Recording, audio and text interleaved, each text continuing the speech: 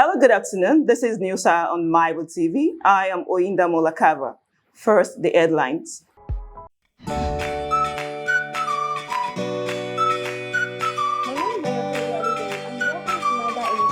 you interested in buying iPhone 8? So, today create your own also answer from the create LED and give you clear and bright vision.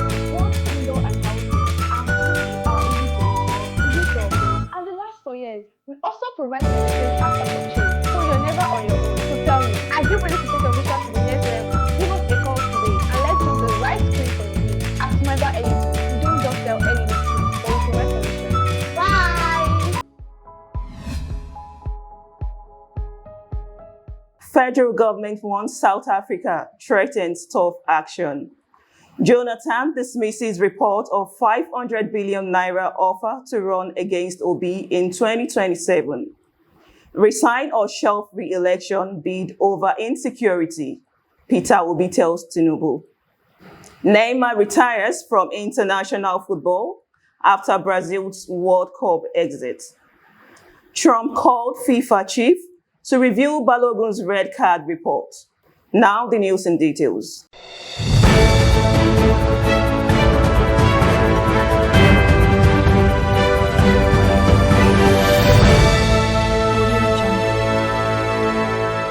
Federal government warns South Africa threatens tough action. The federal government has warned that Nigeria may consider additional measures if attacks on its citizens in South Africa persist. This is as the country condemned the killing of 2 Nigerian nationals in South Africa and demanded immediate investigations, warning that the continued targeting of foreigners, particularly Nigerians, raises serious concerns about their safety and the resurgence of xenophobic violence in the country. While Iroegbu was allegedly tortured to death by officers of the Tuashani Metro Police in Sunnyside, Pretoria, Joe was reportedly shot dead by unidentified criminals outside his shop in Windbank, Mpumalanga. In separate statements issued on Sunday by the Ministry of Foreign Affairs, the Nigerian Consulate General in Johannesburg, and the Nigerian Union South Africa authorities called for prompt, transparent, and exhaustive investigations to ensure that those responsible were apprehended and prosecuted without delay. The government described the incident as part of a disturbing pattern of violence against Nigerians in South Africa, noting that the same Tuashani Metro Police officers allegedly implicated in the killing of another Nigerian, Nnameka Matthew Andrew Ekpeyong, on April 20, have yet to be arrested despite being known to the South Africa Police Service. Meanwhile, Jonathan dismisses report of 500 billion naira offer to run against Obi in 2027. A former President Goodluck Jonathan has dismissed as entirely false and baseless reports, claiming he was offered 500 billion naira to contest the 2027 presidential election against Peter Obi in a bid to split votes in Nigeria's South-South region. In a statement issued on Sunday, Jonathan's special advisor on media, Ikechukwu Eze, described the report, which circulated widely on Facebook, as fabricated and urged Nigerians to disregard it. He added that the publication bore all the hallmarks of fake news deliberately crafted to mislead the public and drag the former president into unnecessary public controversy.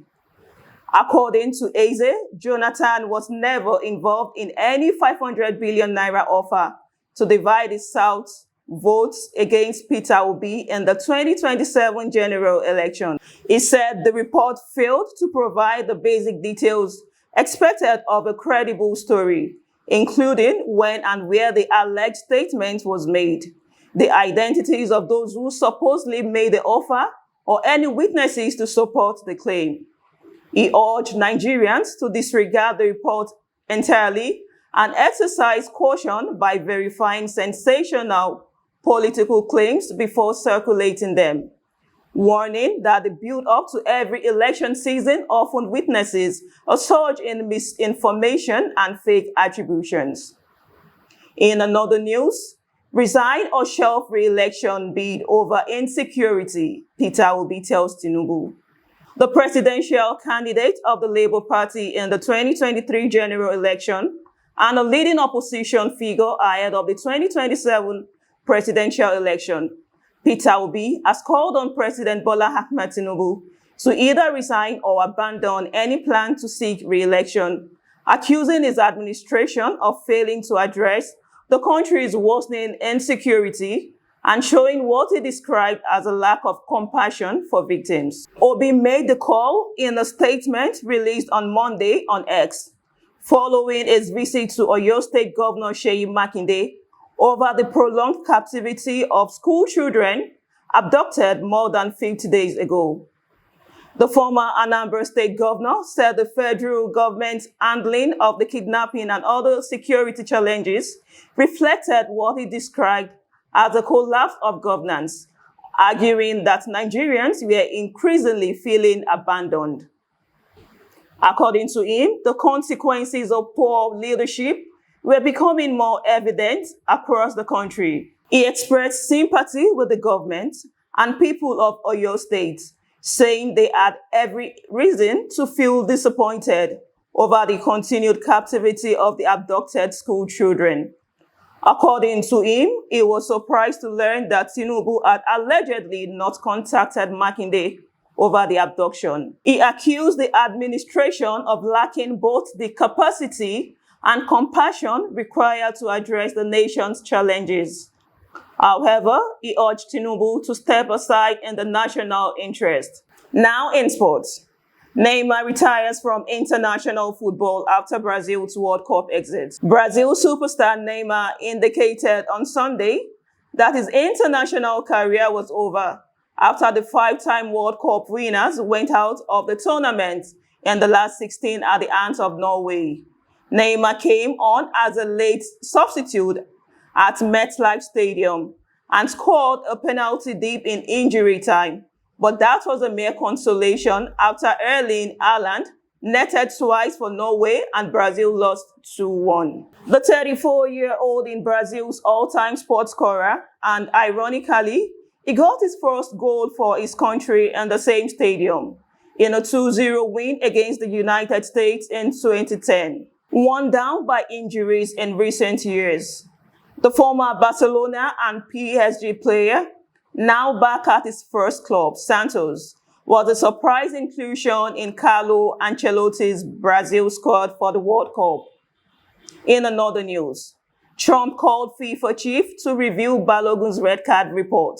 The United States President Donald Trump called FIFA President Gianni Infantino and asked him to review the World Cup suspension of USA striker Folarin Balogun, which was reversed by football's governing body on Sunday. Balogun had been sent off for inadvertently treading on Bosnia defender Tariq Muharimovic in the USA's 2-0 victory in the last 32 on Wednesday. On the FIFA rules, a straight red card automatically triggers a one-game ban that cannot be appealed by the player's team, meaning Balogun was ruled out of the USA's last 16 match against Belgium to be played on Monday. On Sunday, FIFA took the unusual decision to suspend the ban for one match, meaning Balogun can now play in USA's last 16 match against Belgium. This ends the news hour on MYBA TV. Thanks for listening. Do well to follow and subscribe on all our social media platforms on MYBA TV. I am OYINDAMOLA CARVER.